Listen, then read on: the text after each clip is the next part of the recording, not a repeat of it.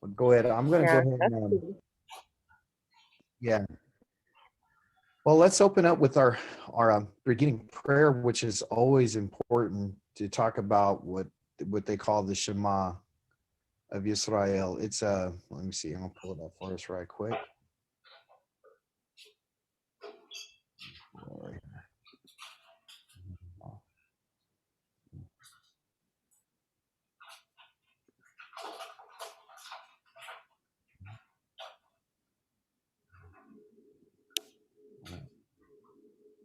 I'll share that. There we go. All right. So what do we have here? Let me show you. This is something we're going to be looking at carefully today, as well as part of our agenda. It says Shema Yisrael, Yahweh Eloheinu, Yahweh Echad, Uva Havata Et Yahweh Eleheka, V'kol Levavaka, Uva Kol Meyad Odeka. That means to listen and obey Israel, the Yahweh your Elohim. Okay, our Elohim, Yahweh is one. And we to love Yahweh, our Eloheka, with all of our heart, which is our mind, and all of our soul, which is our being, and all of our Meodika, that is our resources that they have. Said that that's what it means. And also to love each other the way that he wants us to love him. Um, Today, I wanted to, as part of our agenda, I want to share with you some different aspects of this, because I believe a lot of times when we learn something, we should understand where its origins come from and how to recognize when something is not what it should be. And that's the thing. That's the reason why you learn the language.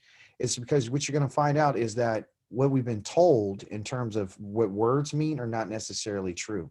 So the first word that I want to deal with today is Shema. Okay. That's the first word I want to deal with, Shema.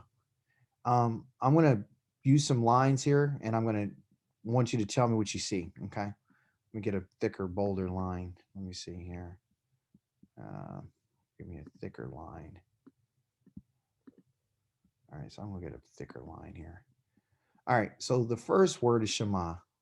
Okay, and what do you see when I'm gonna highlight it, and then you tell me what you see. Okay.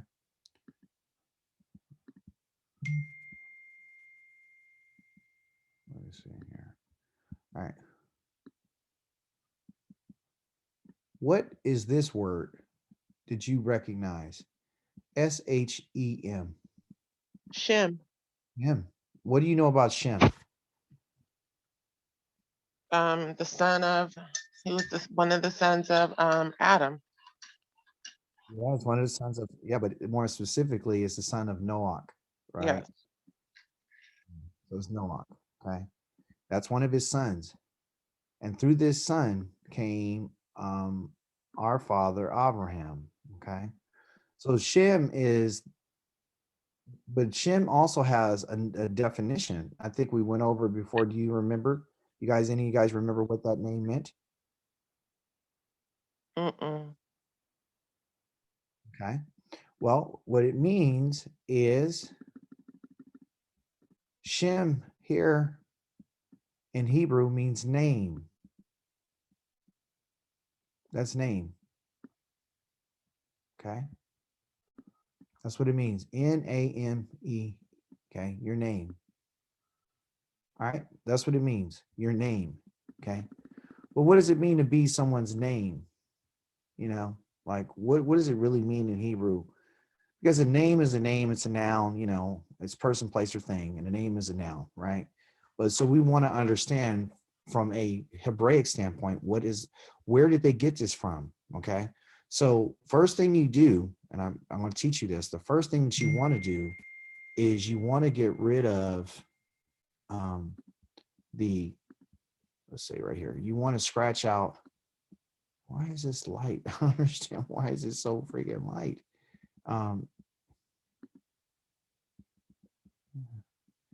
wonder why my marker is tripping like this. Oh, that's why. Okay.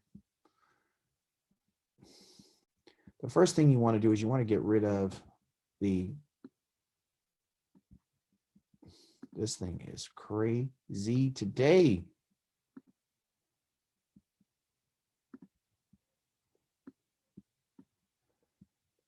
Just get rid of the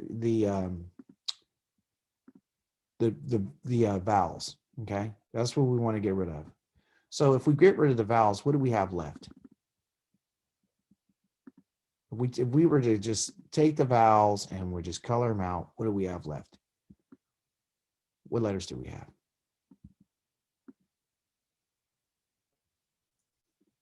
Consonants. You got consonants, and the first one is the SH. What's the next one? M. M. Good. Good. Okay. An M. All right. So in Hebrew, the SH would be this letter called a shin. Okay. The next letter, it has two forms. And this is you're learning your Hebrew. It looks like this. That's what they call the one that you put in first or second position in a word, and then you have one what you call the final, which looks like a box. So the M has two different looks. Okay, it has two different looks. All right, perfect. Praise the Holy One of Israel. All right, so I want to stop the share over here right quick. We'll come back to this, and I want to show you what I'm talking about. I'll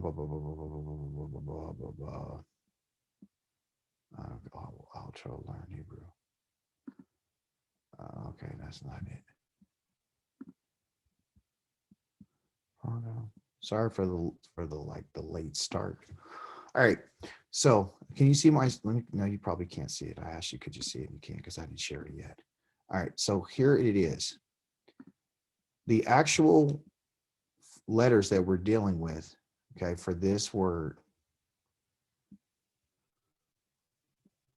or the root of this word is called, the word is called Shema, okay? Oh my goodness. This thing is not behaving correctly today. What is up?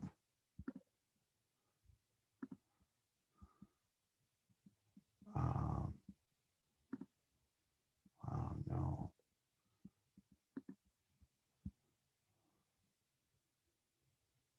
All right, come on. Let me share that.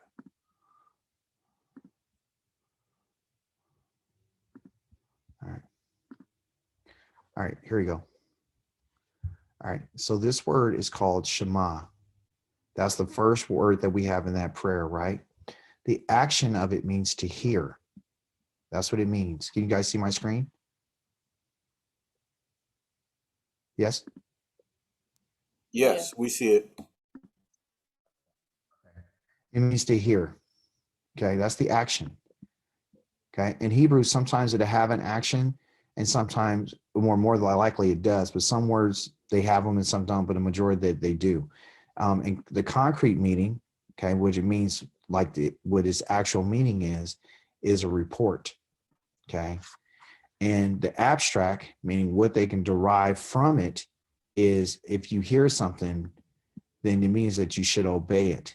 Okay, kind of like when you tell your child, you didn't listen to me. That means they didn't what? They didn't obey. They didn't obey you, right? So Shema means to hear, okay? And it means to obey. That's the abstract. Hear and obey, okay? It's a careful hearing of someone or something as well as responding appropriately in obedience or action, okay? It comes from this word here, sham. That's where it comes from, okay? So that word sham has a different meaning. It means something totally different, to in a sense that it gives you a little bit more depth, because why would what's the difference between a 2-letter word and a 3-letter word? Does anybody remember? One is a parent, and then one is a child.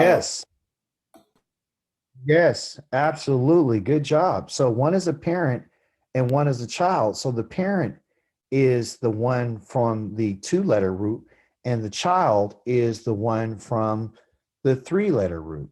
Okay. So what we're going to do is we have to find out what the parent is, because the parent will tell you about who the child is, because the child generally holds all of the characteristics of the parent. You follow what I'm saying? Okay. So we're going to take a look at that. Let me see. A433. I'm finding a root. That is 1473. Okay. I know it's a little mundane, but we'll get it.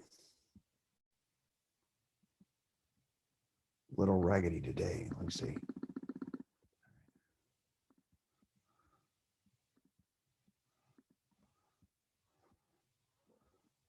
$14.73. Here you go. All right. So remember, it came from the word, the two letters are the shin right here and the mem, those two letters. Okay. The action of the parent is to breathe. Okay. The concrete is breath. As abstract as desolate. Okay. It's interesting. So the wind, okay, the air that you breathe of someone or something is its character. Okay.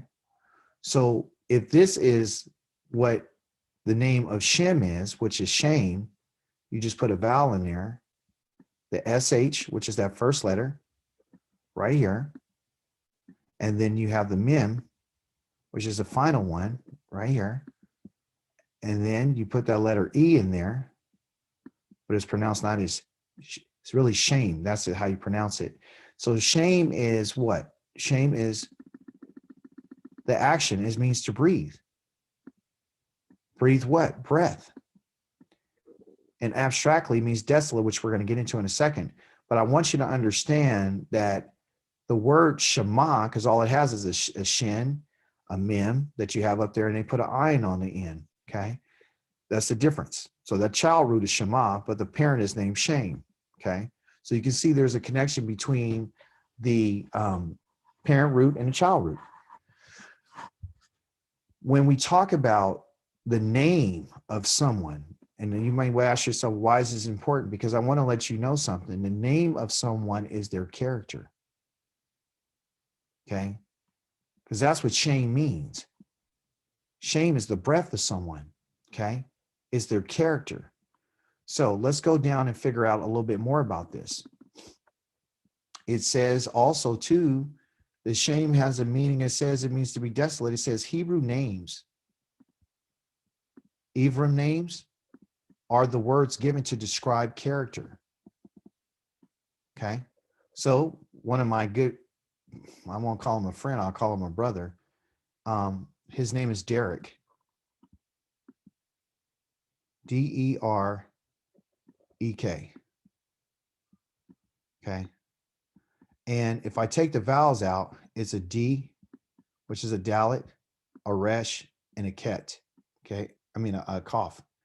And basically his name means the path. That's what his name means. It means the direction. Derek, direction, direction. Okay. Path, it means to path or to tread. Your name has a lot to do with your character. When men would name their children, as you notice, a lot of names in the scriptures have Yah's name in it, right? Like Aviyah, Kiziyahu, Yeremiyahu, Yashayahu, all these different names, Hosea, Gerizim, Gershon, Eliav, Nadav, all these names, it talks about the breadth of them. It talks about their character. So the breadth of a man is its character. Okay. Uzziah, Yah is my strength. Yashayahu, Yah is my salvation. Okay. Which makes one who he is. So the name of the individual, okay, is more than just an identifier. Okay. But is very descriptive of his or her character. Would any of you guys, by show of hands, would any of you guys name your daughter Delilah? No, Will any of you name your daughter? Would any of you name your daughter Jezebel? no, Why? Tell me why.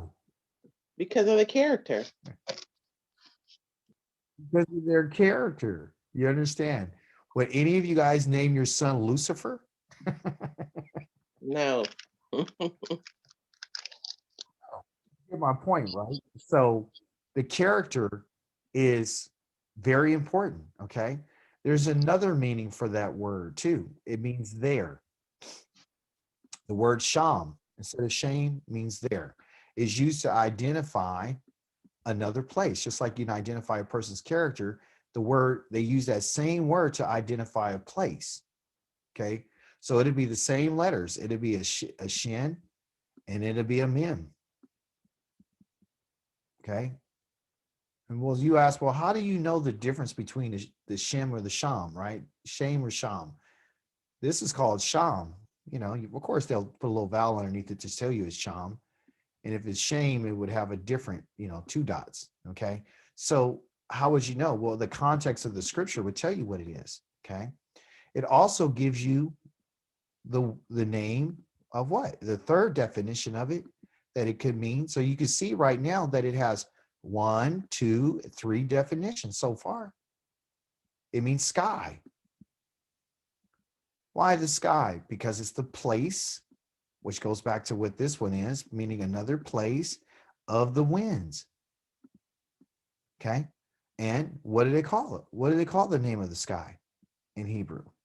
We went over before. They call it Shah, right? Ma, Yim. Shamayim. Okay. And Shamayim is called the heavens. Okay. When Yah created the heavens, okay, he turned around, called the Shamayim, he called what? The skies. So heaven is the sky. Okay. Right. And that's what they use it. And here's the word right here. Shah. Sorry for that. Shah ma yim. Shamayim. Okay. In the heavens. So you see the connection between the name, right? Shame. Then you got there, right? Right here, there. And also you got the sky. And what else do you have? Well, let's look. Let's continue to look. We have the word, the fourth meaning is called aroma. Aroma. Okay. And why? How does aroma connect? Somebody tell me. Of course, it's right here for you. It's aroma. It's a scent that's carried on by the wind. Okay. Or the breath. You understand? So that's what this name means. That's what Shema means. It has to do with your character. Okay. So when we look at our word in our Shema, when we look at the Shema, can you guys see it?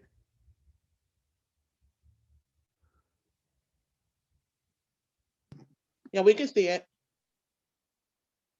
Okay. When you look at the Shema, this is what you're talking about. You're talking about the name of Israel. You're talking about Israel. The creator's asking Israel, what is their character? You see, what is the breath of them? When you tell someone something, it's coming out of your mouth, which is the breath of you, correct? So the breath of Israel is supposed to be one of obedience, okay? That's what that word means, okay? Now I want to do one more because this is a lot. I could spend a whole week on this, but I just wanted to tell you what Shema really meant. And I really want to tell you what Israel is. So Shema, if we know that it's the character, it has to do with the name, the breath. So really what it is he's telling Israel what your breath is, okay, who you are, what your character is, okay? Now, you know what Israel's name means, okay?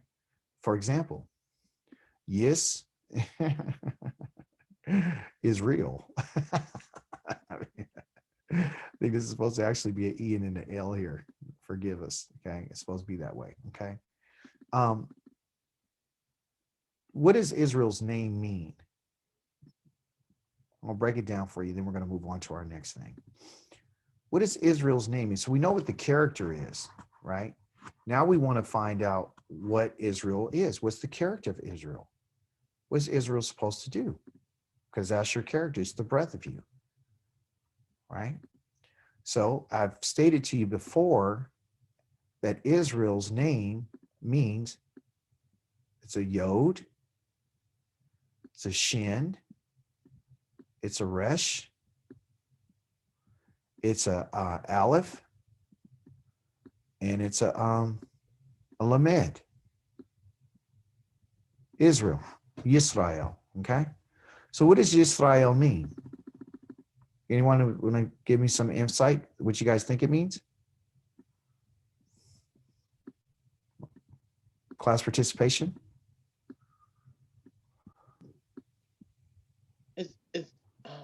I want to say power with man. It's okay.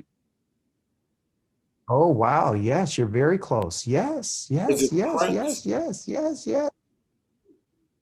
Yes, yes, yes, yes, yes. You guys are getting it. Yes, powerful, powerful. Good students. Awesome.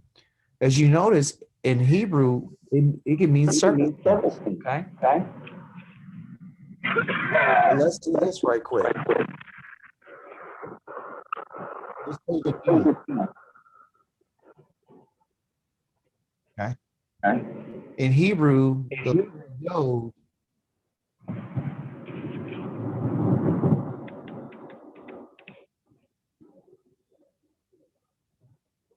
can someone put your yeah, thank you.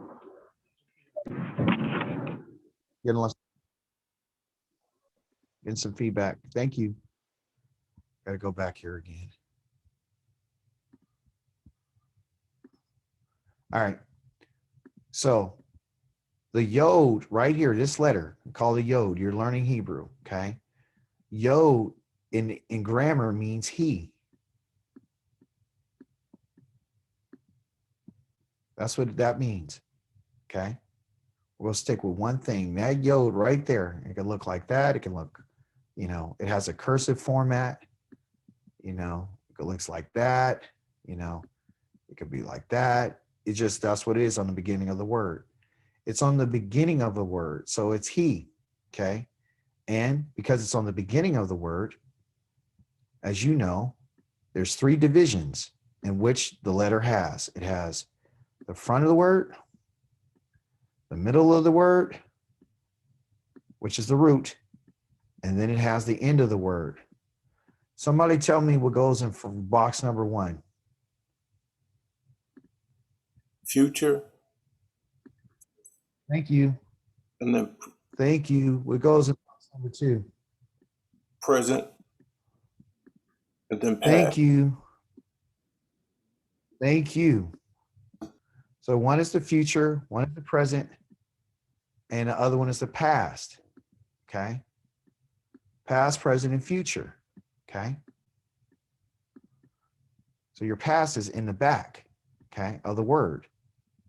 But remember, in Hebrew, we read from right to left. We go this way. Okay. So, you know, our past is what we're looking to. Okay. In the Hebrew thought, just to let you know, in Hebrew thought, your past is your future because you're thinking this way. You're not thinking linear in this way. You're not going forward this way. You're going the opposite direction, right? So in this case, the west is over here, right? Check this out. The West is over here, Western mindset that we're at right here, okay? And here's the East. Where did we come from? Where did our ancestors come from?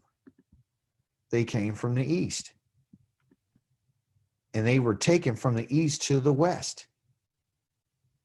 Okay, so when you came from the East and you went over to the West, you went from an Eastern thought. You went from a mind that thought like people in the East.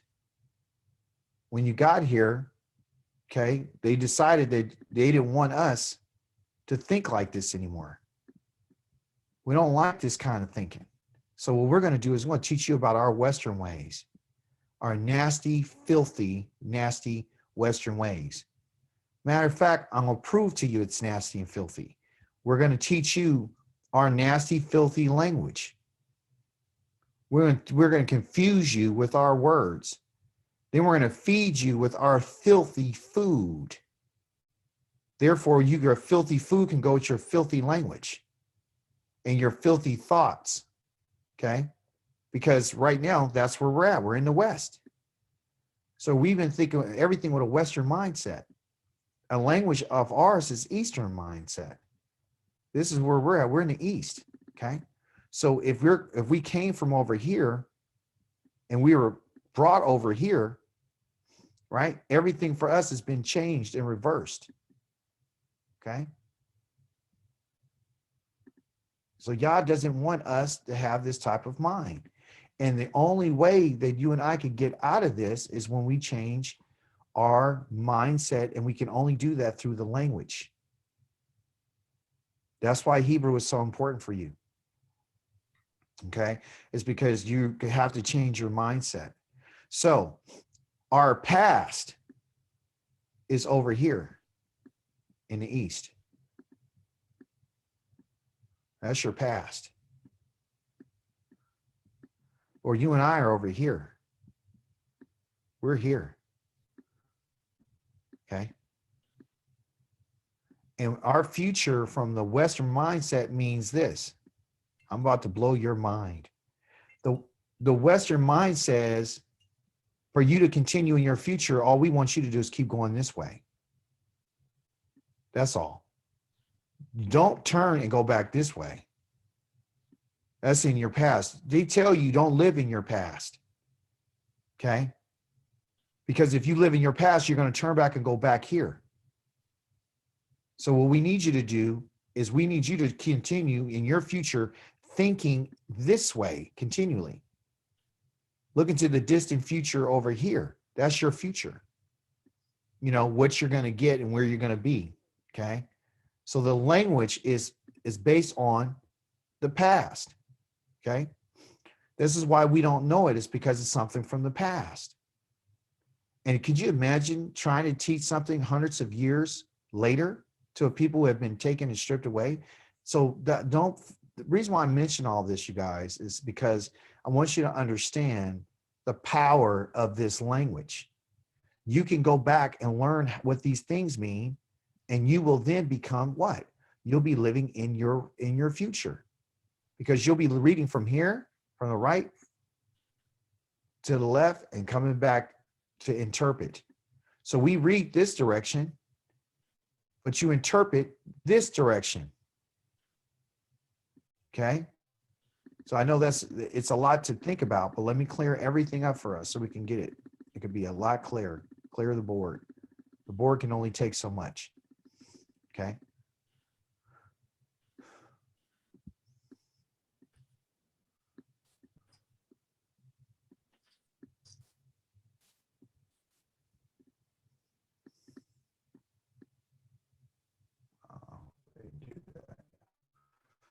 Israel.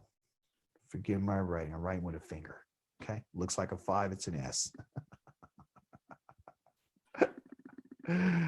Oh, wait a minute. You guys got me on one. I'm tripping this morning. Wait, geez, what is it? Stop the share. Come back. I'm in a really weird mood today. I don't know what's going on with me. All right.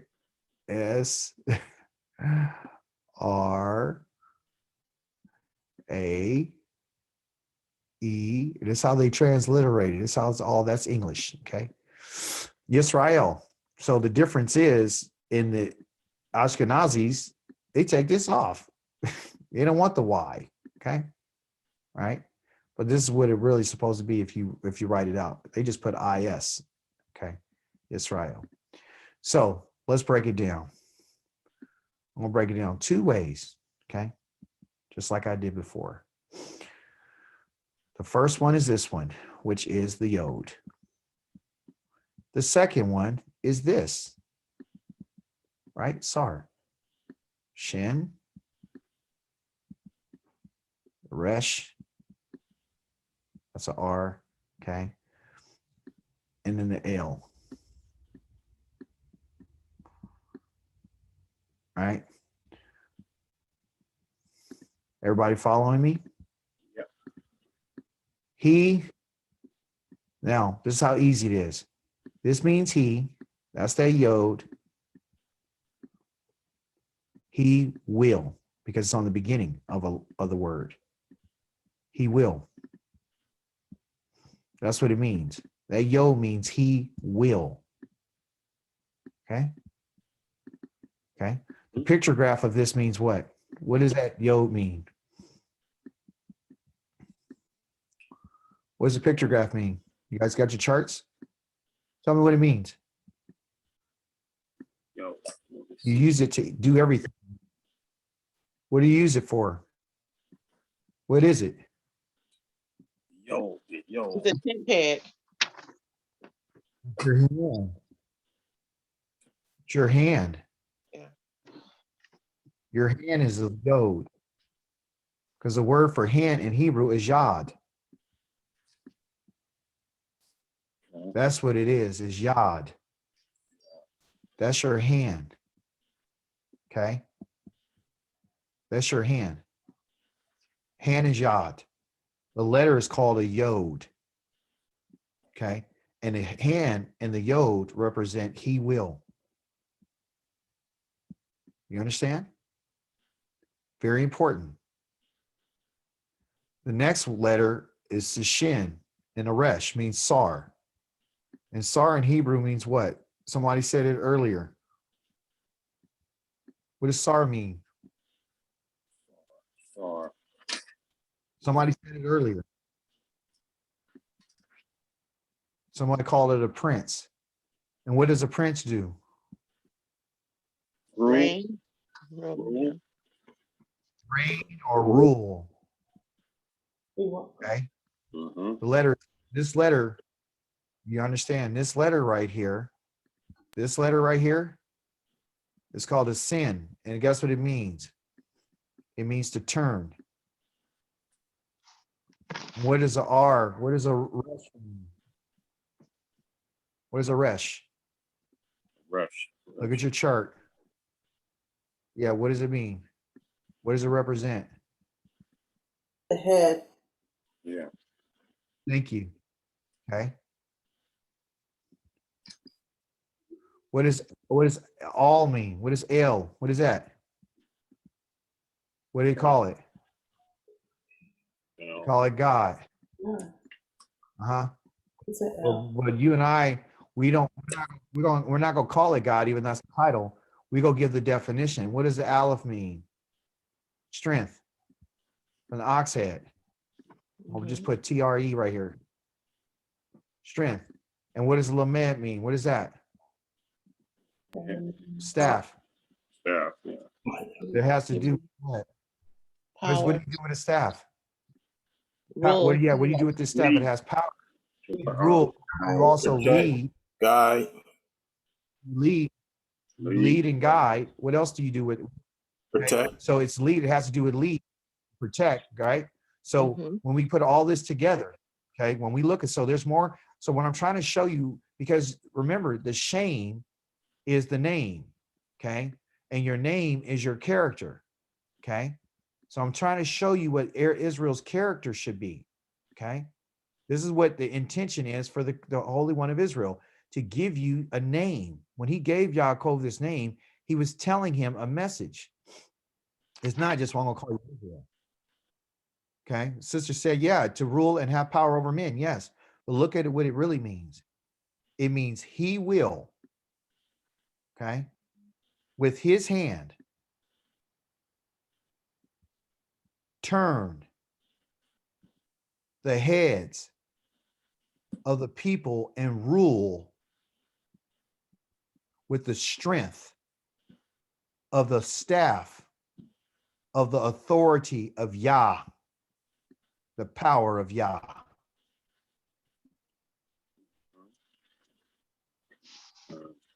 That's who Israel is. Israel is a ruler. Israel is a prince. Israel will rule on behalf of Yah. That's what your name means. Okay? That's what your name means.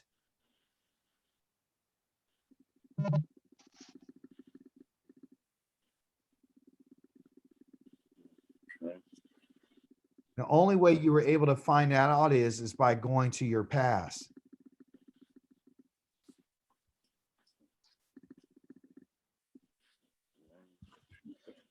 That's what Israel means.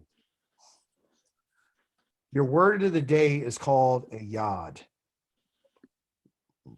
Spell it like this, Y-A-D, yod. Okay? The Hebrew word is hand. Okay, yod is a hand. And that is a picture of the yod. Look at your deal. It's a yod. Sorry. It's a yod. Okay? Yod. That's what it is. That's what this means, a hand. And it says he. On the grammar, he will. That's why they chose the grammar for it to be he will. So your hand. I want to show you something about this word. If I throw another A on here, yada is your second word that you need to learn. And yada means to know. To know. Yada. It means to know. Okay. Yada. Say it. Yada. Yada. Yada. Yada. Yada means to know. And yada and to know means to be intimate. When it says the man knew his wife, it was intimate. Okay. It means on a whole nother level that nobody else knows except for that person and their mate. Okay. That's what yada means, to know. Okay.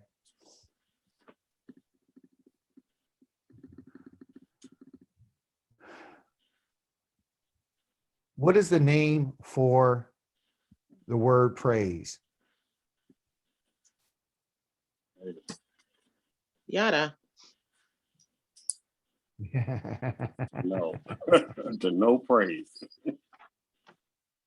Yeah, listen, to know it, right? But check it out. Yah To be called us intimate. something and said, your name is Yah what? Who what? Da. Yahuda. Yehuda. Praise. Yahuda. Okay. Inside of that word Yehuda is the word for hands. And what do you do with your hands when you know Yah? You lift it up.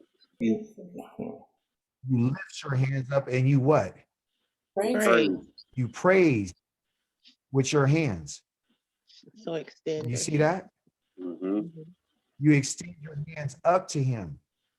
When you pray, your hands should be lifted up to him. Amen. When you're down on your face, if you prostrate before Most High and you pray, your hands should be turned up. Why Yeah. would he ask you to turn your hands and lift them up? Why? Mm. I'm going to tell you why. You see? When your hands are flipped, who said that? What'd you say? Submission. It's like submitting. Yeah, it was submission. The body is going down on the ground. That's prostrating. When I Yeah. ask you to lift your hands up to him, why are your hands lifting up? To be filled? To receive. Thank you. Thank you. To be filled. If your hands are turned down, Yah won't put nothing in them. Lift your hands up. Listen what I'm about to tell you. I wish that I was in your presence. Well, I am, but listen, okay. So look, here's my hand, right? So when you pray, your hands are lifted up. So what you're doing is you're lifting him up in praise, right? But you're also, you lift your hands up. But when Yah gives us anything, he puts it in our hands. Anytime you're going to receive something, you put your hand out in a cup form to receive it. Mm-hmm. That's Hebrew. Okay. So when you ask Yah for something, ask him, put your hands out. Don't pray with your hands together. Don't do one of these moves. Don't do this. Do this.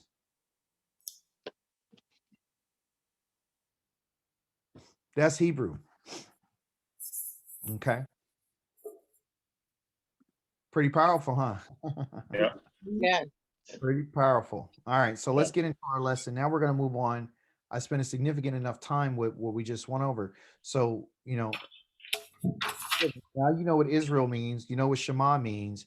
So that's what our character means. It means that ultimately, if we're going to be the rulers that he's asked us to be and to rule for him, then we should be the ones who understand that we don't live in we don't live in the future, we live in our past. Okay. And the way that we do that is we go back and we see where where our culture and our customs were, is how we lived. If you know how you lived, you'll be fine. If you don't go back and find that out, then you're not gonna know. Okay. So that brings us to our next part of our segment here, and talking about our word for, let me see, pull it up right quick before we get into it. Technology. All right. Here we go. So today we want to talk about two letters. Okay. The first letter is called Zadi. Okay. The ancient name is called Zad. Okay. It's called Zad. Okay. It means the side. Can you guys see my screen? Yeah. Yes. Yes. Yes. It means the side. A man laying on its side. Okay. So that's what it means. A man laying on its side. Okay. And I'm going to show you what that letter looks like. It's here in the ancient is called Zad. Okay. So, The modern is called Zadi. Okay. Zadi. Okay. But it's Zad. So it means on the side, a man laying on their side. Okay. And the letter, in the meaning of this letter, is on the side of something. So it can mean the side of something. It can mean hunting. Because when you're hunting, you lay down on your side and you wait. You like try to ambush something, right? It also means chasing through. Okay. So the idea of lying down in an ambush, like you're going to chase somebody or you're hunting. Okay. So the modern name for it is Zadi. Okay. It's a child root from the Zad, which is the parent root. So the parent is on its side. Okay. That's what the parent means. The child means to hunt and to chase. These are the characteristics. And they get that by laying on their side. Okay. So the modern is Zadi. The parent is Zad. Okay. So what does it really mean? I put this picture up here because that's exactly what a person is supposed to do. Okay. When a panther or a tiger or a lion or any predator is trying to get something, they don't do it out in the open. They got to lay down. They got to get down in order to hunt. It's an art. Okay. So what Yah is telling us about this letter is that it has to do with hunting. It has to do with pursuing. It has to do with chasing, and it has to do with desire, because you're only desiring that which you're chasing and pursuing and hunting. So you got to lay an ambush for it. Okay. So remember, when we take out the vowel there, because vowels are only used to sound words, we have two letters, which is the Zadi and the Dalet. Okay. So that's the parent root. Okay. To hunt, pursue, chase. Remember that. Cool little picture right here. What's he doing? He's laying down, yep. prowling. ready to pounce because he has a great desire to get something. Okay. So, which is interesting. Woo, let me show it to you. All right. So the word, okay, well, I'm getting a little bit ahead of myself. This is how you write the letter. Okay. So let's put it in a block form. Just go to line down, line this way, and a little short line that way. Okay. All right. So you see all the different forms. This is how it looks. Okay. Okay. You can block it out. You can make it a block, a line here, and a line here. Of course, it'd be nicer if you did it, you know. You did it. You can take your time and do it. I'm just kind of sloppy with my finger here, but you could do it. It's easy. It's just one line diagonal, one line here, straight, and then a little line there. Looks like a Y, a backwards Y. Okay. And then they have one that's on the end, you know, that goes like, you know, this, and then it has a little this, and that's a final. Okay. And somebody tell me, when do you use the final? It's evident within its own word. When do you use a final? At the end of the word. To close out. At the end of the word. Yep, it's the last letter. It's called. So what happens is when you got a final, and there's several finals. Okay, so one of the finals that is called a noon. Okay, so here's the end, and then the other one is this is the final right here. Okay, then you got the mem. Remember I told you what the mem looks like? This is the mem, right? And then here's the final mem. You got the cough, which is a C-like, and then here's the final cough. Okay, so they are finals. Okay, so you got to know what the finals look like, and you can learn that, you know. So there's a couple of letters that have it and some that don't. Okay, and this pronunciation doesn't change. It's just the form. That's just the form. A form means what the pattern is or what it looks like. That's all a form is. Okay, what does a form look like? You hear that word a lot. What's the form? You know, the form is what it looks like. That's all. Okay. Not a form that you fill out like they told us. So, you know, form in English can be something you fill out or it could be a shape of something. You know what I'm saying? It could be anything. So you know, because we don't know the language, it gets a little confusing for us. Terms. Okay. What do we have here now? The word that I want to share with you is called Zadiq. Okay. Zadiq. Okay. Zadiq has the Zadi and the Dalet in it, like Zod, that right there, right? You see that's in there. Zod right here. That's what the parent root. And then it's Dick right here, right? Ik, Zadiq. Okay. Zadiq means righteousness. Okay. And people who are righteous, they call them Zadikim. Okay. Zadikim. Okay. Zadikim. Okay. Zadikim, righteousness. Those are the righteous ones. Okay. So righteousness comes from the word of Zad. Zad. Okay. So one of the toughest things that people have a problem with is this pronunciation. Because we're not used to seeing a word with a T and an S. You know, we're going like, what? I only know the T by itself and I only know the S by itself. So what does this sound? Well, in Hebrew, it has a sound that sounds like this. Like you hear a snare, like on a drum. Sadi. Sadi. Okay. So if you want to make that sound, just keep making that beat like. Okay. And a word to remember that would help you is RATS. And how does that sound? What's that sound?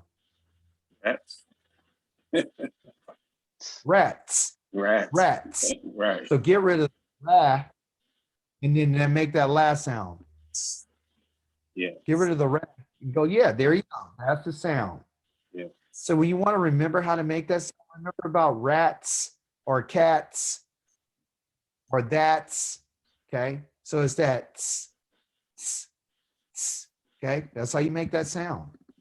Okay, so Zadiq is righteousness.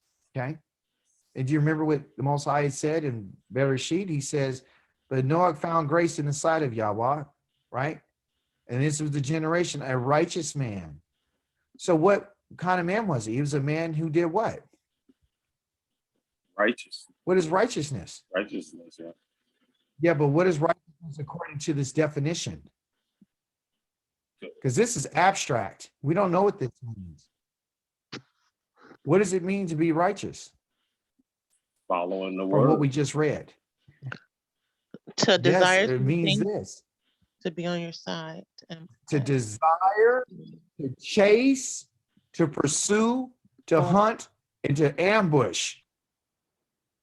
That's righteous. It's the individual that is in hot pursuit of that which is right. That's righteous. That's why he was a man of righteousness.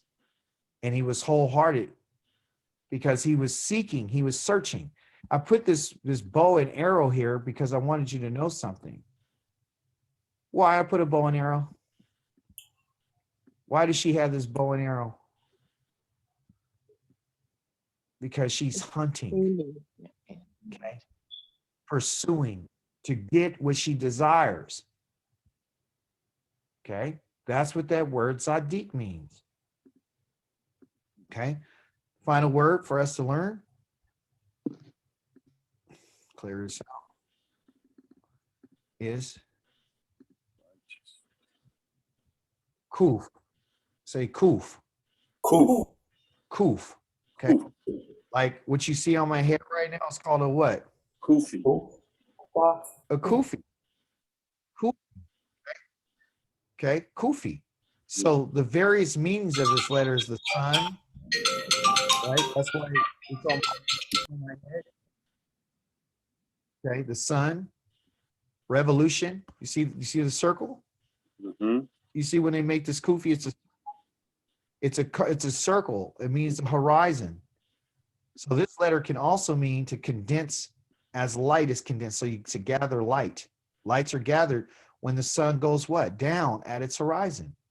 It can also mean at the time of a revolution of or a go around the sun as used to calculate time. Okay. Kuf. Okay. All right. The modern name that they use for it is called a kof, not kuf. That's the ancient. Here's the modern. Okay. All right. And what you're going to find is when I show you this letter, you're going to say, oh, okay, I get it. So here's the letter. Well, I didn't get to the letter yet. Forgive me. I'll show you the letter in a second. But anyway, I put this picture up here to show you what it's talking about. When the sun is going down, you see the rays of light. Do you see these rays of light? Mm-hmm. Light is being gathered down. Light is not expending upward. Light is starting to be gathered down. The light is going down. So light has two things it does. It goes up when the sun rises, it bursts out light, right? When the sun is going down and hits a certain point, or it's a time of going around or going down, light is being gathered. See, we never saw it like that. We only saw light just being emitted. But light is not only emitting, it's also being gathered down. It's taking everything with it when it leaves. It doesn't leave anything behind. You understand? Yeah. So the letter kuf means to gather, to encircle, revolution, and condense, meaning to bring stuff down. Okay. They use this word a lot. This letter, actually, not this word, the letter, because this is just the name of the letter. That's the name of the ancient. And the other one, they just put a O right there and make it the modern, kof versus kuf. That's no big difference. Same meaning. Okay. Okay. So what does it look like? Let's show you what it looks like. That's what it looks like. It looks like a P. You know, looks like a P, doesn't it? It looks like a P. But it's not a P. It's a kof. Okay. They use this letter, okay, in the word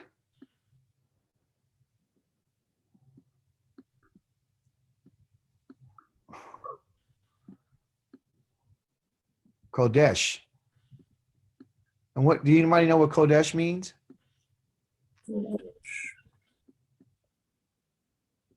Holy and been set apart. Okay. Kodesh means holy. Okay. Where I told you Zadikim is Zadikim is the righteous ones.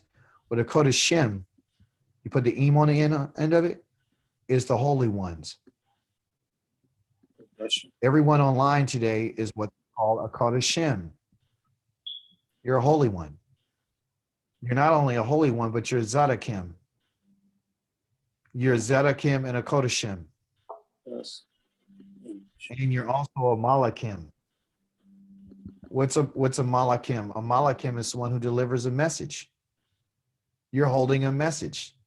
So Kodeshim, Zedikim, Kodeshim, and then in the some if it's a student, you're called a Taladim.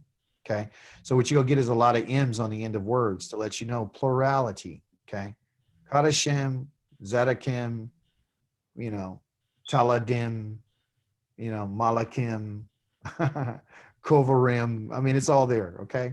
So Kodosh, they use this letter for that. So if we think about that word Kodosh, okay, and like, for example, Kufi, right? So the reason why I wear this Kufi on my head is because when I teach, I'm putting something, I'm setting myself apart from anything else. Because that Kodesh means to be set apart. The same letter that's for set apart is the same letter for gathering. The same letter that's for, being set apart or gathering light. You know what I'm saying? And so when I do teaching, that's why I wear a kofi. That's why you see people wearing kufis. It's because it's a part of a setting apart. It's literally like saying I'm going around. But that's what it is. Okay. So kofi, the same letter for that. Okay. To encircle, to condense. All right. Can I ask you a Now, question right we quick? already went over. Yeah, sure. So when you say M, when you put the M on the end of a word, that referring to a person, to a specific person? That's referring. Yeah, well, it's referring to a specific group of individuals. So I'll show you what I'm talking about. Okay. And it will more understanding for you.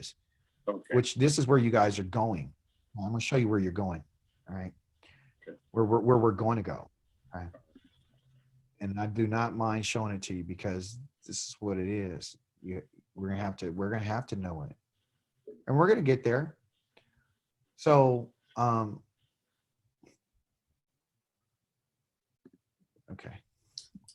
All right. So, all right. Okay, here you go. Can you see my screen? Yes. Oh, yeah. What does it say? It says rule number 5. Okay, there's rules. Rule number 5 in making nouns plural.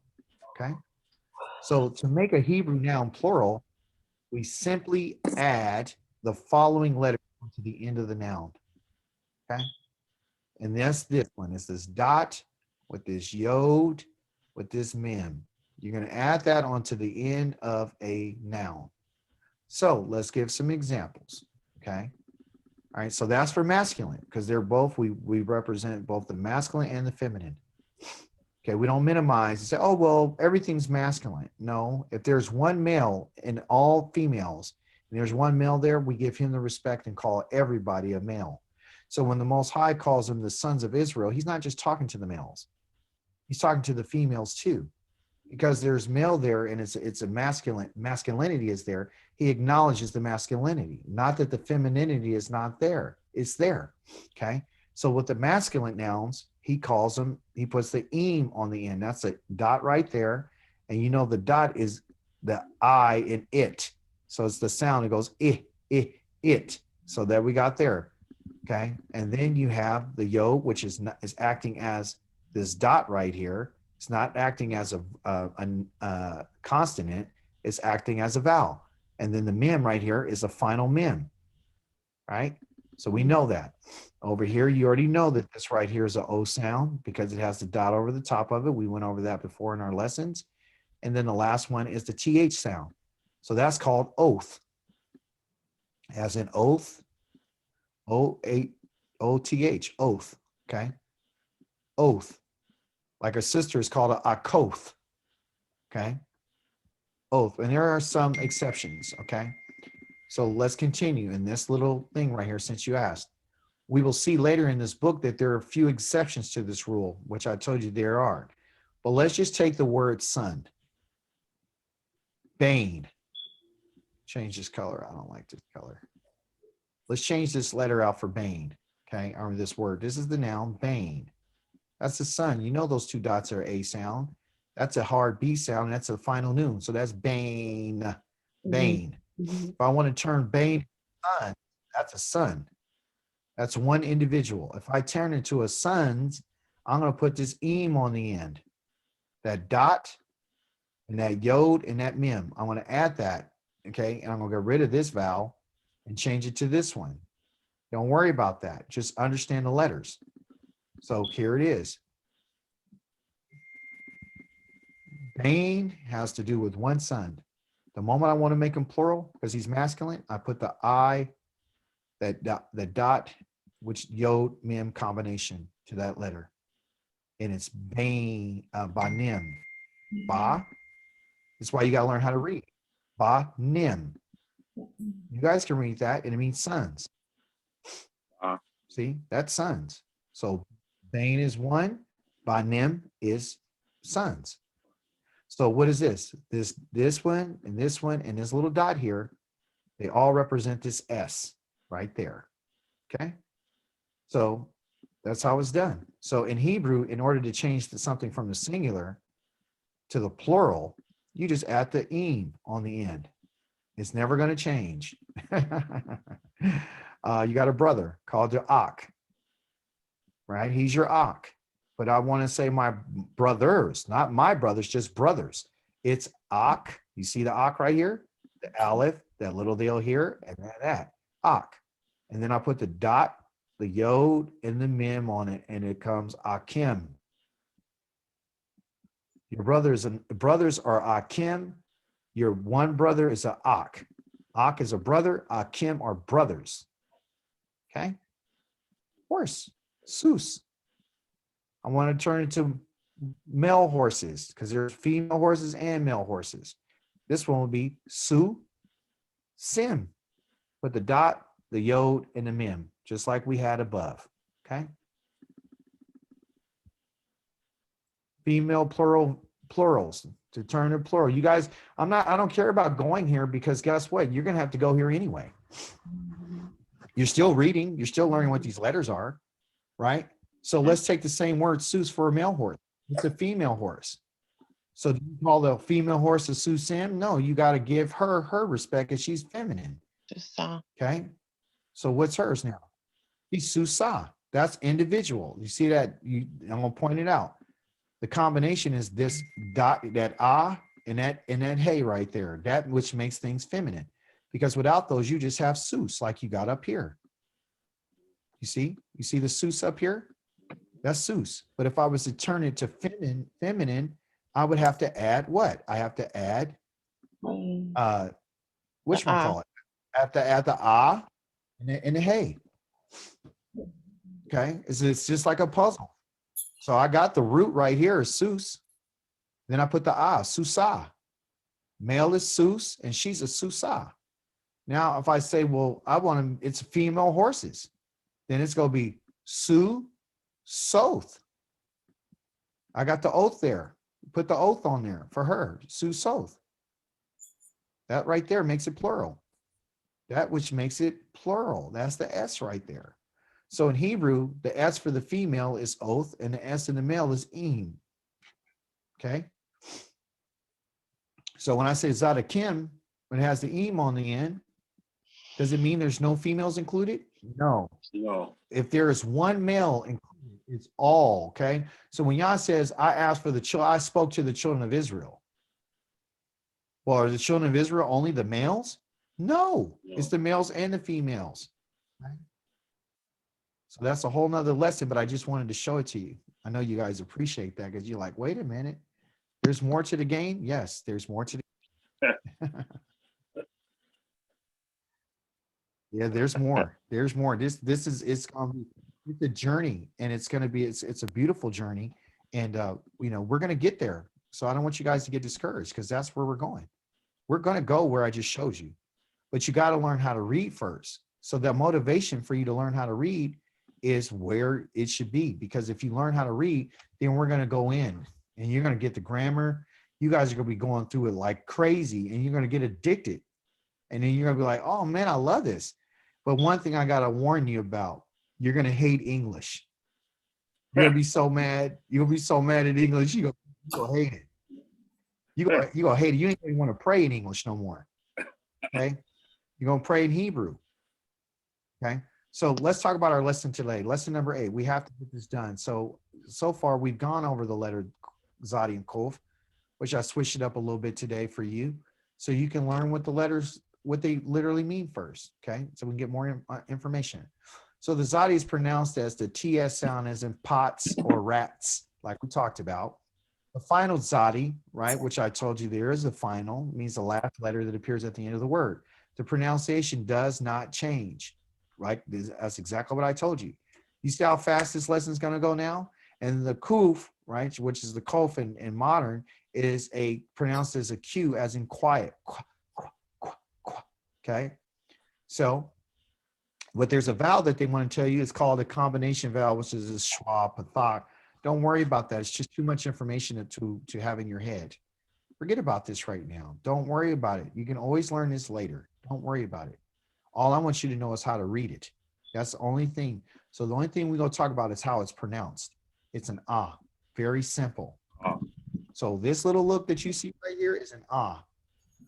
Even if this wasn't here, that's what the ah is. They only put the aleph over it so you can have something to have over it, so you can pronunciate it. Because if you just saw this in you just saw that under with nothing, you would be like, well, what is that? So they have to put this on over it so you can, even though it's silent, it's still a consonant. You see? So just remember that the sound, this sound right here is ah, as in father, okay? Because this is not the sound. Right. This is not the sound. This is the sound. That's the pronunciation. Ah, very simple. That's why you got to, okay? So you should have done this lesson this week.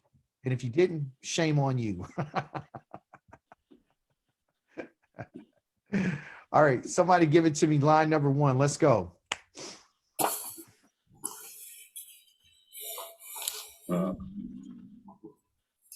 Man. All right, give you a little help. I want no fear. Those 2 dots right there is an A sound. And I think about the word rats. Say. So all I want is just the TS. Thank you. Say. Say. Take that first and then say the vowel. Take that sound first and then say the vowel. Say. Good. Saw. Perfect. They see saw.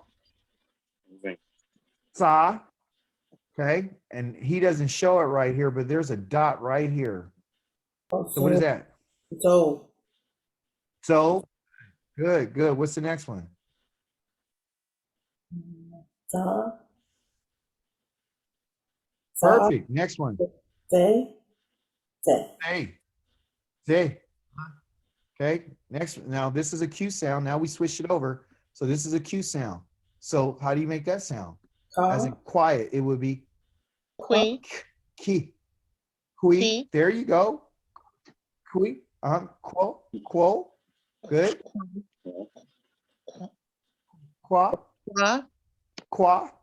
Quay, Good. Qua, Ka. Ka. It's gonna sound a little like a K too sometimes. Okay. Go ahead. K, Ka. Ka, Yeah. and ka. Yeah, K and then Ka. Good. Next line. Ah. I know your brain is hurting. Ots, E.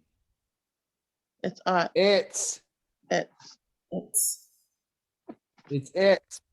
it's Like in rats, it's it's. It's. Okay, here's a dot over here. What is it? Ots, arts. What dot? Oat. Oats. Oats, sorry. Oats.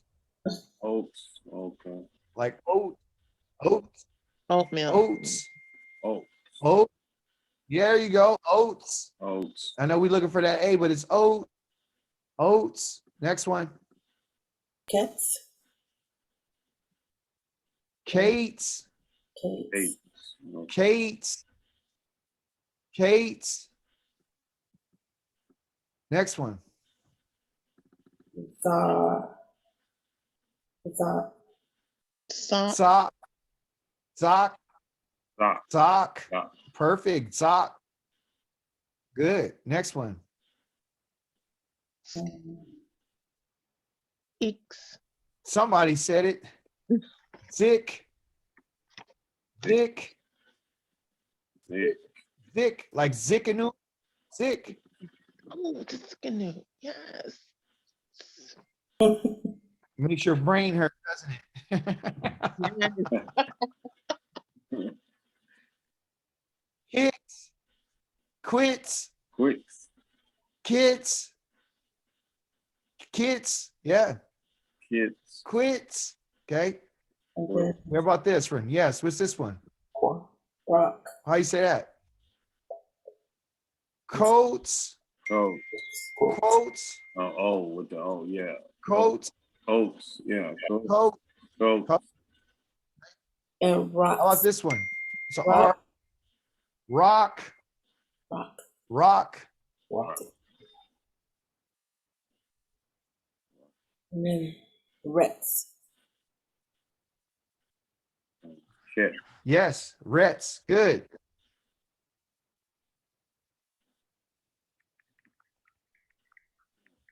Next line.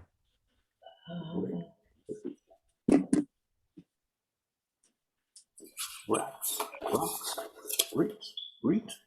now it's a sigh.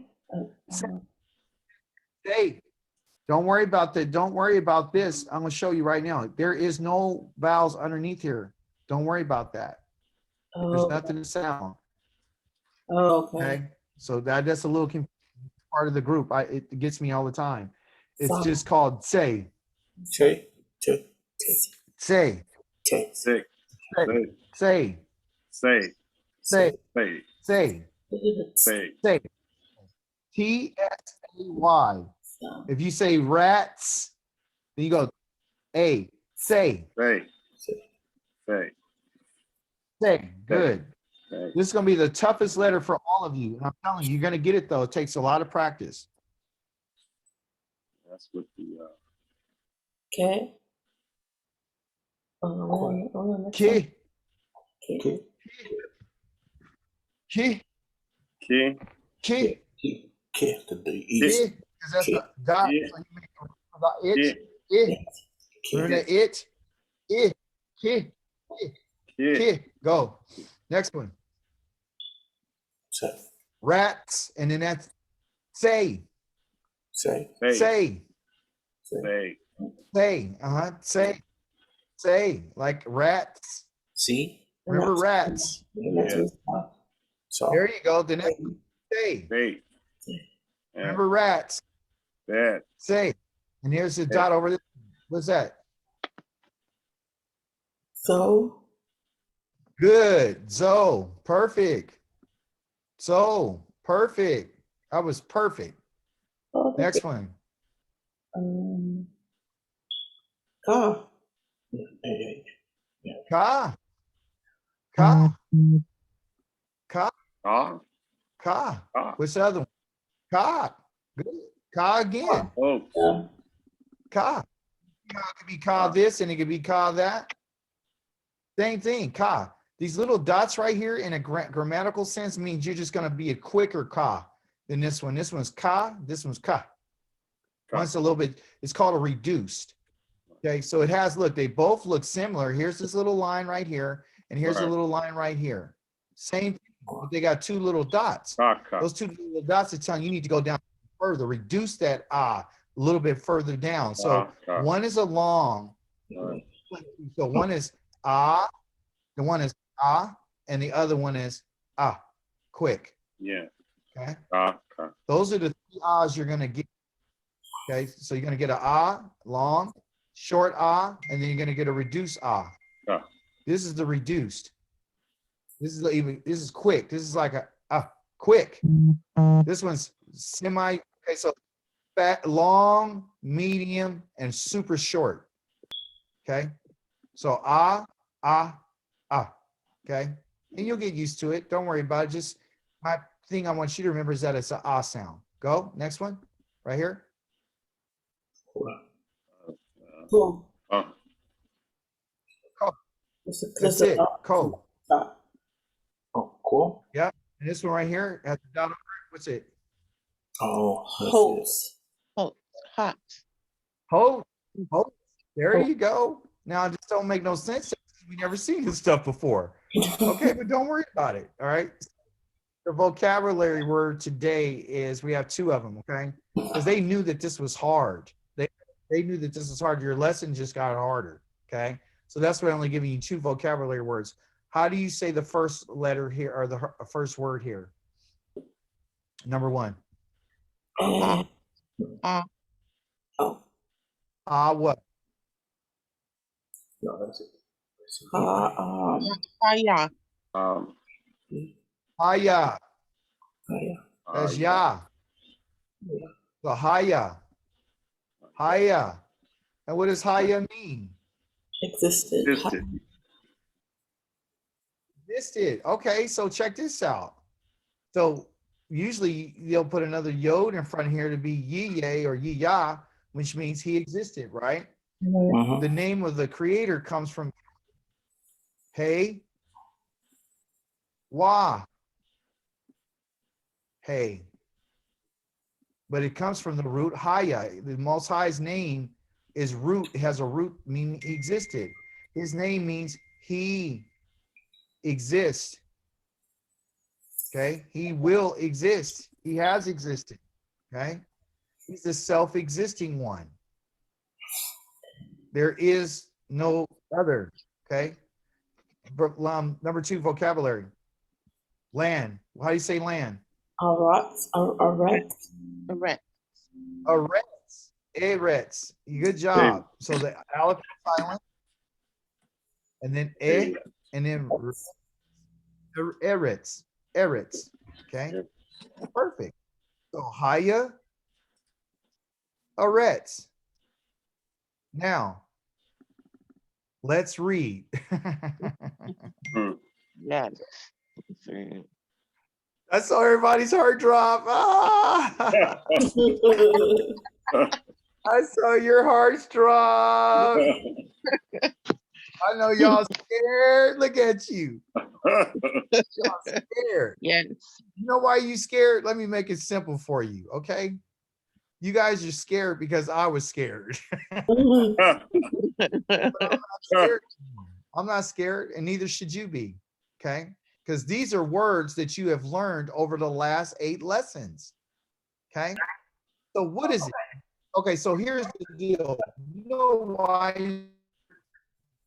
I'm going to tell you why you're scared. You're not scared because you're not intelligent, because you're smart. You're scared because you don't know what it means. That's the only reason why you're scared. That's the only reason why you're scared. Or somebody tell me why you're scared. I don't know what it say. I don't know what to say. I can't pronounce the letters. That's why I'm scared. Yeah. Okay, somebody else tell me why you're scared. I want some honest answers. Why are you scared? Because Somebody said, I can't, I don't know what I'm. Go ahead. afraid to mispronunciate. You're afraid what? Right. To mispronunciate. Okay, you're praise God. Thank God. See, this is what he's talking about. Let's be honest, right? Because our name is our character, right? So we have to be honest. Now, listen, all those are good reasons to be scared. Okay. I was scared because I didn't know what it meant. I was scared because I didn't want to pronounce it. I didn't want to seem like I didn't know what I was talking about. But let's ask ourselves a question. Does a baby get scared to try to talk? No. Does the baby start shaking? No. No, then why are we shaking? Because we're babies in this. Okay. So when you're a baby, okay, you have to learn like baby steps. Okay. And you're afraid to be a baby again. And that's so sad. It breaks my heart. I want to cry because we're afraid to be like children. The only way that we can really learn from our Father is we have to become like children. We have to humble ourselves and be like children. And we have to be okay with making a mistake. We're all in the same boat together. You understand? You have been led up to here so you could learn to eat. If you don't get past this, then you might as well throw the book away. Because this is what it is. This is what you signed up for. That's why you're in this class. Because you wanted to go here. That's why you're here. You chose to be here. Ain't nobody put no gun in your head this morning. You got to go to class. You wanted to be here, and therefore you've been here. So I'm going to walk you through this. Okay. So I want to get rid of the fear. Okay. Let's do it step by step. That's why I'm here. All right. So let's take some comfort in that. The first thing we're going to do is we're going to understand, right, that there's little dots and stuff in here that we're having a hard time trying to figure out. Right. So what you do in any time you're reading is the first thing you want to look at is how to break the word down. Okay. So in Hebrew, you have to break it down. Okay. You have to break it down in sections. Okay. So what you do is you learn what vowels go together and what, which ones, what the sounds are and everything. So what we're going to do, I'm going to put lines right here for us. Okay. I'm going to put a line right there, but there's there it is. And every time you put a line, you deal with that and you go to the next letter. Okay. So to make it easy for you. Okay. Rows. Okay. All right.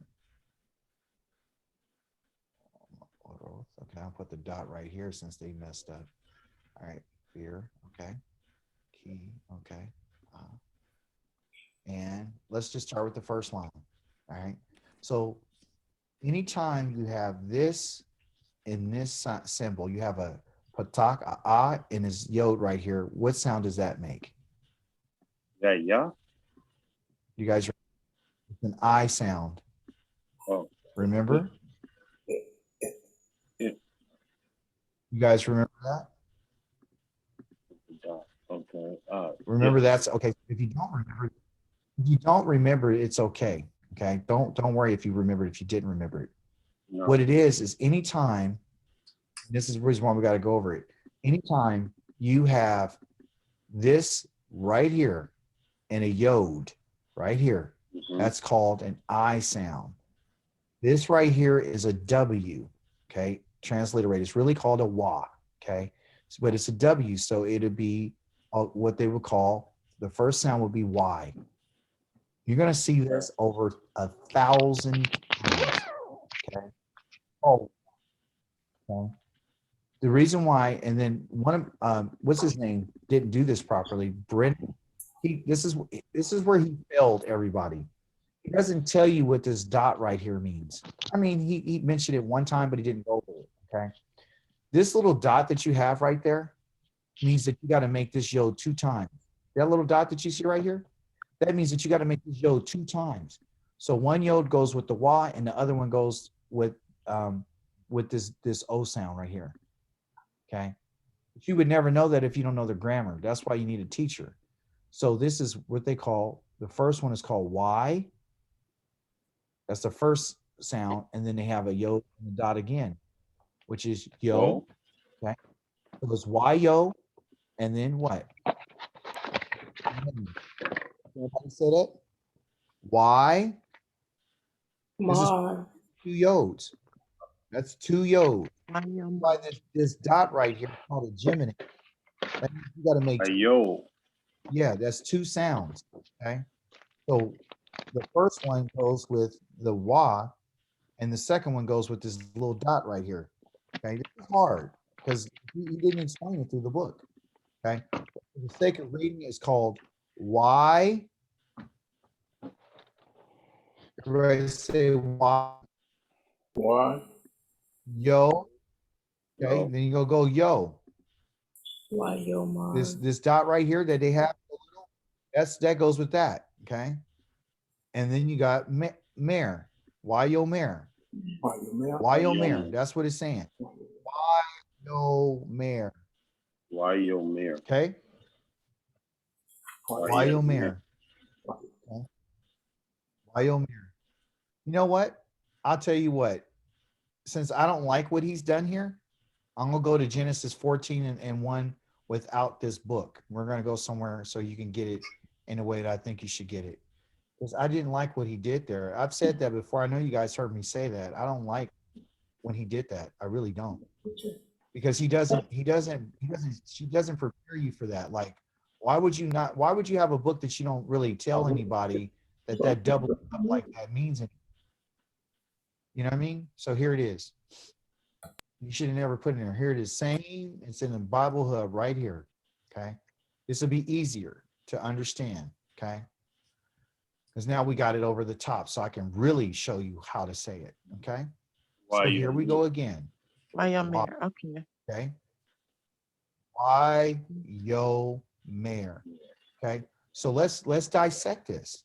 Okay. Let's start with the Y. Okay. They got a W-A-Y. So we go, oh, that's way. No, we don't understand language. They didn't teach us this. Okay. In this language, the wa is right here. That's the wa. And this dot that's right here by the yod, you see this dot right there? That's right next to this yod. This one right here. I'm gonna color it. You see, I'm gonna put a different color there. I'm gonna put the red dot over there. Right there. You see that dot? Yep. Everybody see where I put that red dot? Yes. That means that you have 2 yod sounds. That's 2 yods. It's called a geminate. That's why they got 2 yods right here. Okay. That's a rule. Okay. It's called a geminate. Okay. You make 2 of these sounds. Okay. So why 2? Because one is going to go with this dot right here that you see right here. That dot is an O sound. Remember? Yep. And then so there's a yod that goes with that, right? So a yod sound goes with that one. That's why you got yod right here. Well, the other yod, so that's the second yod. The first yod goes with this wa. That's why you got the wa and the yod. They go together. Okay. Don't worry about it. We can't spend too much time on it today, but I'm going to just tell you that this is how you say it. You say Y because this is not a yod. I mean, it's an I sound. That's just a rule. Okay. The rule is when you got this little vowel and that yod, that equals an I sound. Okay. An I sound. Not Wow. an I, but an I sound. All right. Okay. But you and I are used to an I sound. This one. It. So we think I. No, that's it. It as Right. in it. Okay. Right. The rule. You have to learn the rule. Okay. So anytime you got a wa and a yod together, it's gonna be Y. It's gonna be a Y sound. Okay. Period. So what we have, we got Y yo mare. Y yo mare.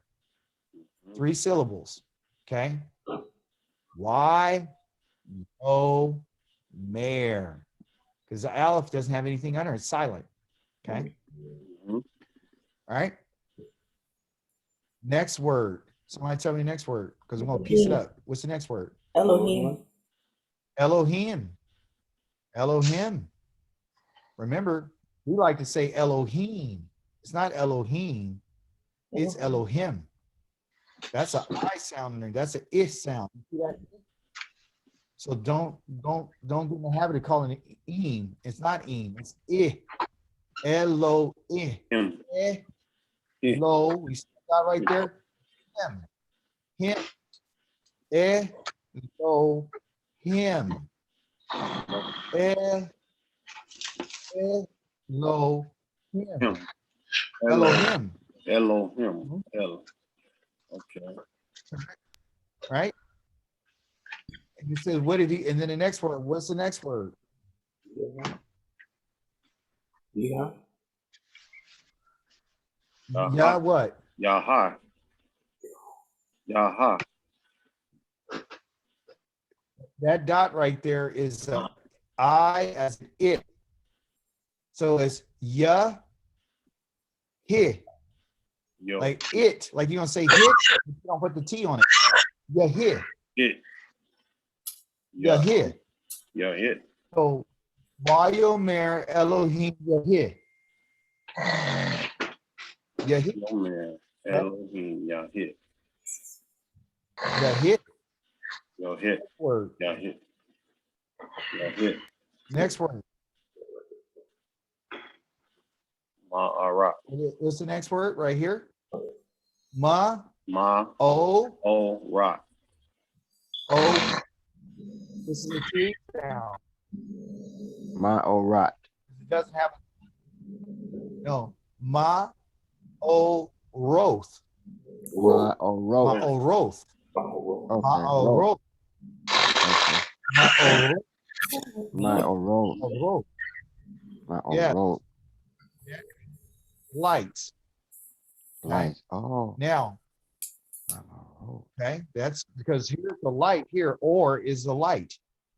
Right. Okay. Remember? And then we did plural. Remember we did our plural and what is called what? Oath. Oath. Oath. Oath makes it plural. Oath. So it's the lights. That oath right there is the S. That's oath. But you saw, oh, it's masculine. Oh, well, I thought it was feminine. Well, remember they say there's some exceptions. Okay. Oh. So that's one of the exceptions. Mo. Oroth. Okay, so that's light. Ma'orot. Ma'orot. Yeah, so Right. far is it says, I'll explain it to you. Wa means and. Because that's what wa is. Yo means what? What did I tell you it means in grammar? He. He. He was. Now, mar means Oh, he. to say. It means to say. Oh. Okay. Okay, that means say. So that first word is telling three things. And he said, And he. okay, he will say. And who's the he? Who's the he? Elohim. Elohim. Elohim. Yeah, so yeah, he here, over here is him. Because in Hebrew, they put the verb before the noun. Usually it'd be the noun and the verb in English. You need to put the verb first. It was telling you what he did. Okay. Now you see under Elohim, they got plurality, plural, because you got the what? The im, Mm-hmm. right? But guess what? We know that this is singular, but this says plural. So did the gods do it? No. The grammar tells you that he, the Right. yod over in Wayomer, is the one who did it. Singular. Third person masculine. Singular. Wayomer, and the yod there is him, Elohim. And therefore, to know that it was him by itself is a third person masculine singular again in the next word, which is that's the he again. He what? He, let's say, let there be. He existed. Because that word right there means to exist in 1991. So what did he ask to exist? What did he speak to exist? Light. Light. The light, Memo- lights. Memo- You see, plural. Lights. The oath right here. Oh. The or, the light. Okay, the ma'oroth. Okay. Ma'orot. And then we have here. And where did he tell the lights to be? They were in preposition that you learned that bet means to be in or with or to dwell. Mm-hmm. Mhm. Where did he tell the lights? He told the lights to be in the beer, be ear, be beer, like not the beer you drink, but beer. What? Beer. Berkia. Key. Berkia. Yeah. The key. Kia. Yeah. Berkia. Very Okay. Kia. So that's where he told the lights to be. And the lights are in the firmament. So the lights are not, okay, in the firmament. And the firmament is where? The firmament is in the what? How do you say this word? Now here's a geminate. Hasamayim. Good job, ladies. Hashamayim. Hashamayim. Hashamayim. Yeah, so listen, this dot right here that I put in red. You see that dot I just put in there in the red? Yeah. What does that dot mean? What does that dot mean? M. Say it twice. The S make the Means make it called a twice. make it twice. So one shin sound is going to go with the first letter, and the second shin sound is going to go with the second letter. So the first shin goes with this H sound, which is hash, because that's ha, and then sh, and then the next one is sha. So it's hash sha ma yim. Okay. Hashamayim. Hashamayim. Hashamayim. Hashamayim. Okay. Hashamayim. Hashamayim. Okay. So listen. So if remember we went, and so what do you see right here? You see the word what? Shah. Is it? Mayim. Sham. Sham. Sham. And what does Sham mean? Name. What is the Name. word shame? What is shame? Sham. Name. It means name. But also it has a second meaning to mean there. Remember we looked at it, said there? Mhm. Yeah. Okay. So you see that. There's another word in here that you need to look at. It's called mayim. You remember your word mayim, and what does mayim mean? Is it water? You drink it. Water. Water. It's water. So where's the water at? In the heaven. In the heaven. In the sky. The water inside of the rakia. It's in the firmament. Right over here. Mm. When Yah Rakia. says he needs lights in the heaven, okay? So he's using the firmament of the skies to where the water is. You better hear what he's saying. I'm putting lights in the water. Wow. Wow. I'm putting lights in water, okay? Because look, the rakia is what? The rakia is Sky. the firmament. They call it a firmament, but let me tell you what a firmament is. Mm. Yeah, the firmament, right? So what a firmament. So guess what a firmament is? I'm about to tell you. A firmament is a place of that which has been extended. It's an expanse. Okay. Okay.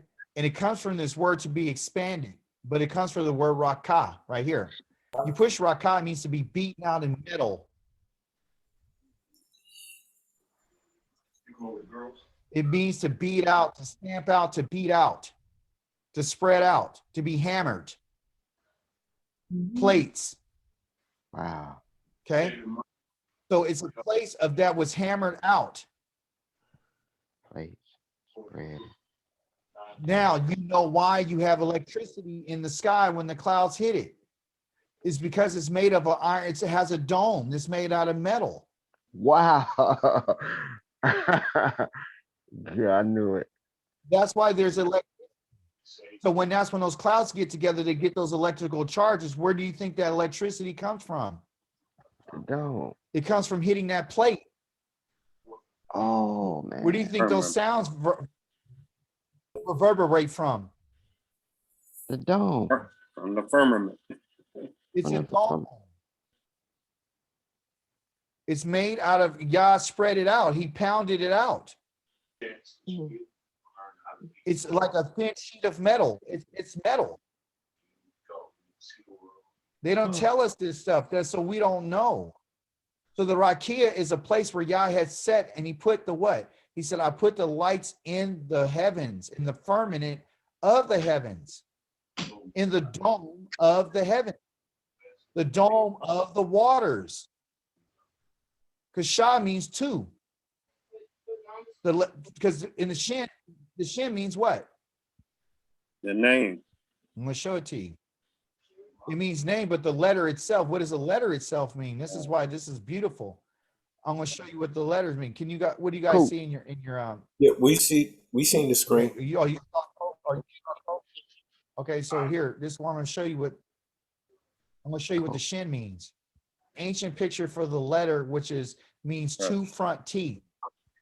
You guys see that? Yes. Yeah. All right, so we got the two front teeth, okay? So it means two front teeth, all right? Okay, so that's the letter shin, right? And you can either put a dot over the top of it on the right-hand side to give it a shin sound, or an S on the other side, right? So it means your two front teeth. This letter has the meaning of teeth. It means sharp. It means to press. That's the function of it, because when you press your teeth down for chewing, right? It also has a second meaning. Okay? It means two. It means again. It means both. It means the second. It means from the two front teeth. That's why it's called, if you look, the second day of the week is called Shani. It means the second day of the week. Shani. Okay? The word for Shana means the year. The meaning going and doing it again. The Shana means the year. Shani means second, Shana means year. The reason why they're saying it is because it has to do with the two front teeth. So they're using the letter shin to mean two, again, like a year is again, because you just did it again. The first two is for the teeth, meaning it's two teeth, or both because there's two of them, or the second time around, right? So the modern name for this letter is shin, meaning tooth, okay? The Hebrew and Arabic agree that the sound for it is a sh sound. So once you learn the Hebrew language, it'll be easy for you to learn Aramaic or Arabic. Those are my next languages that I'm learning, because Hebrew is the mother of all languages. So if you know this language, you'll learn those languages. Isn't that exciting? Yeah. Those are languages of the East. Now, don't laugh at my picture. You see my picture? I know it looks like somebody's ex-girlfriend, but listen, hey, or boyfriend, listen.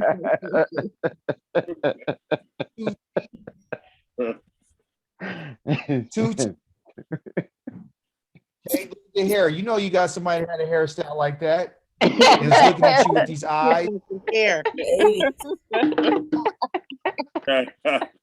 There's somebody that look like that. He probably looked like this in elementary school. Hopefully they do. I don't know. Oh, man. Oh my What I'm God. saying is, Oh, is sharp. Now, you don't want this thing to bite you. Would you like this thing to bite you? Don't they look like our teeth? Yeah. They look Yeah, like some of the teeth. well, They're little, when I had them, sure. So if you duplicate and repeat a second time, it means a double. That's what this letter means. Okay. Now that we know that, right, I'll stop the share on that and we'll go back to the other share. So when Okay. we looked at that, you saw when we talk about the Hashamayim. Now we're back here again. That means two. That means two. So so if that means the first letter here, remember it's an article. It means what? The. Okay. This is plural. The shin, I just told you it means two, didn't I? And what does mayim mean? Waters. So where's the two waters at? Where's the first water at? Above, In the heavens. Where's the second water? on the earth. The second waters are where? On the earth. So when Yah decided, when he created the heavens and the earth, he separated the waters from the waters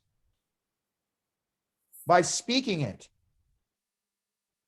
That's what Shamayim means, the two waters. That's what heaven means, the two waters. One water's above, which you look up in the sky. What color is it? Blue. Why? What's the color of the water on the ground? Blue. When the sun is on it? Blue. Blue. Two waters. Blue.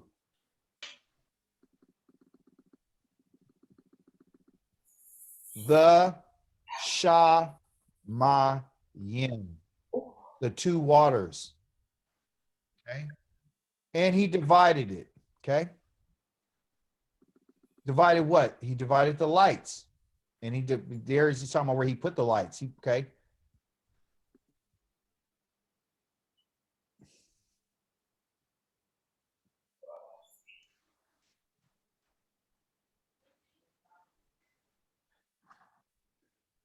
It says here that Elohim, and he said, why Yomer Elohim, why he? This is all you're going to read in Genesis. It's going to be the same thing. Why Yomer Elohim, Yahi. Okay, Yahi. Rakia. He said the Rakia is in the midst of the waters. He said, let there be a dome, because that's what a Rakia is. In the midst of the waters, the Hamayim. You see the Hamayim? Mm-hmm. Waters is Mayim. The is the Ha here. The waters. So you see Mayim. Okay. And Wahi, and it existed. Okay, because that's what it means to exist, because he's the self-existing one. Mm-hmm. When he, the self-existing one, said it, let it be, then it existed. The waters in the Shamayim, in the, not even, he didn't call it Shamayim yet. He said the Rakia. And he divided between the waters and the waters. Mavdil Bain, Mayim. So you can see right there that Mayim again is water. Between waters and the waters. So he's telling you that's what he did. And guess what he said? And he made Waya'as Elohim eth a firmament. He made the firmament, okay? Because that means to make the firmament, the Harakia. How did he make the Harakia? He divided it between the waters and the waters under the firmament. And the waters that were above it.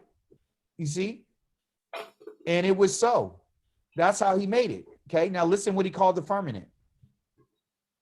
So when you look at the dome and the sky, it wasn't called the heavens yet. Yah called it. He said, and he, Wayikra, okay, Wayikra. Then and here, Kara means to call.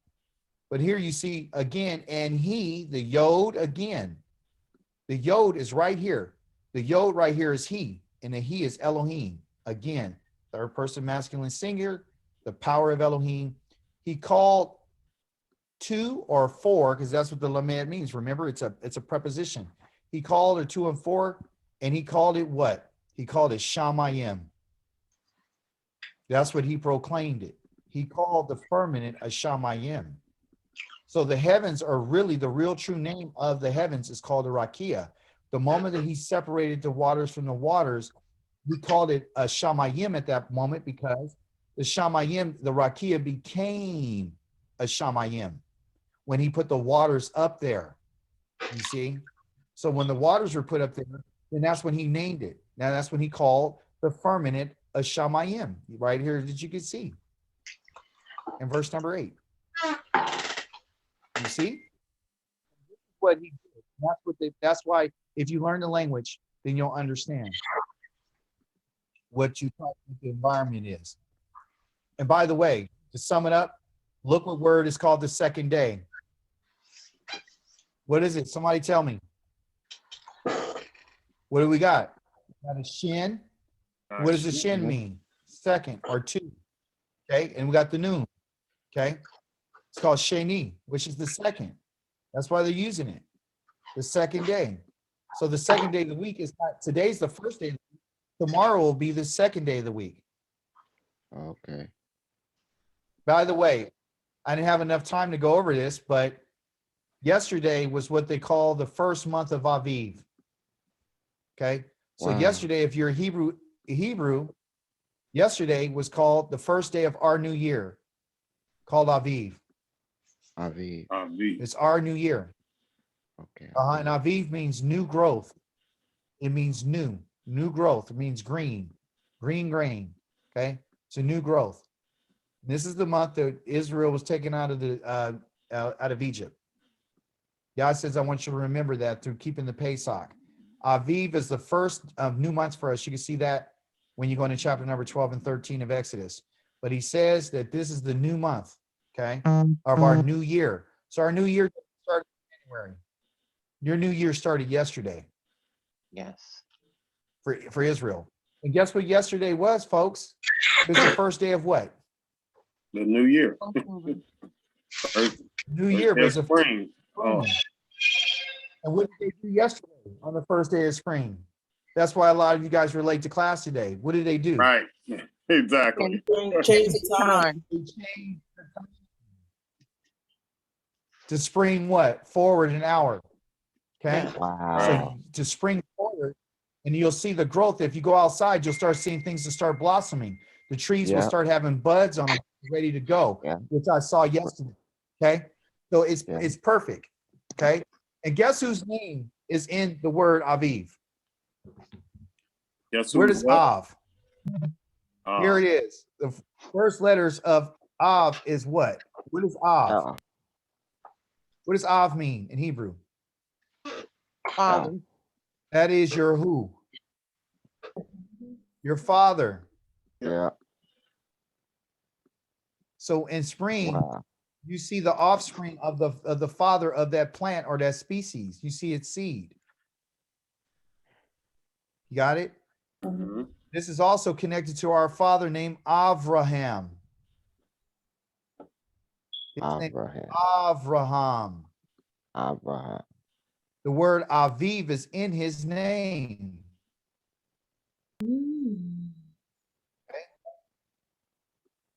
You understand? Avraham. Av, right here. Father. Ram, rise. Oh, Ham, people. wow. Exalted. Okay. So yesterday was Aviv. Tomorrow will be. Today's the first day of our week. Okay. Okay. Tomorrow will be our second day. All right. Hallelujah. So congratulations. Praise Hallelujah. God. Hallelujah. Wow. Praise Yah. Hallelujah. Any Yahweh. questions, contribution? This was great. Man. It's Yeah, I know it's a lot, and I know your heads are spinning, but it's what you gotta do. Welcome, because the bottom line is Yah's people have been robbed of literally everything, and so he's restoring our fortunes, and our fortunes begin with who we are and our identity as a people. That's Right. how your fortunes are being restored. Number one, you got your name back, Israel. So you know what your name is now. And you know what it means. Praise the Holy One of Israel. right. And the Hallelujah. new year. Hallelujah. Hallelujah. And the new year too. Hallelujah. I'm excited Yeah, about and the he new did year. it. Yeah, and you got it. You got your name. Yeah, you got an understanding today of what your name means. Now, if you didn't get this tape and you missed it, I'll send you a copy. Just ask me for it. I'll send it to you. You Okay. know, I should do better, but check on my email. Okay. All right. So all praises to the Holy One of Israel. Hey, Derek,